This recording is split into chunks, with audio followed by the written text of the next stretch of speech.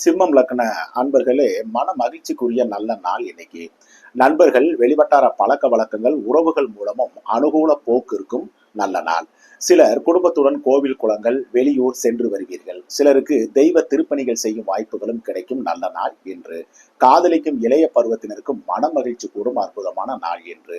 பணியில் இருப்பவருக்கு சோம்பல் மேலிடும். நிர்வாகம் முதலாளிகள் ஆதரவு திருப்தி தராது. சொந்த தொழில் உற்பத்தி சார்ந்த துறைகளை சார்ந்தவர்களுக்கும் சுமாரான நாளாக இன்னைக்கு இருக்கும். வியாபாரம், பங்கு வர்த்தகம், யூக வணிகம், கமிஷன் தரகு, மார்க்கெட்டிங் துறையை சார்ந்தவர்களுக்கும் அனுகூலமான நல்ல நாள் என்று.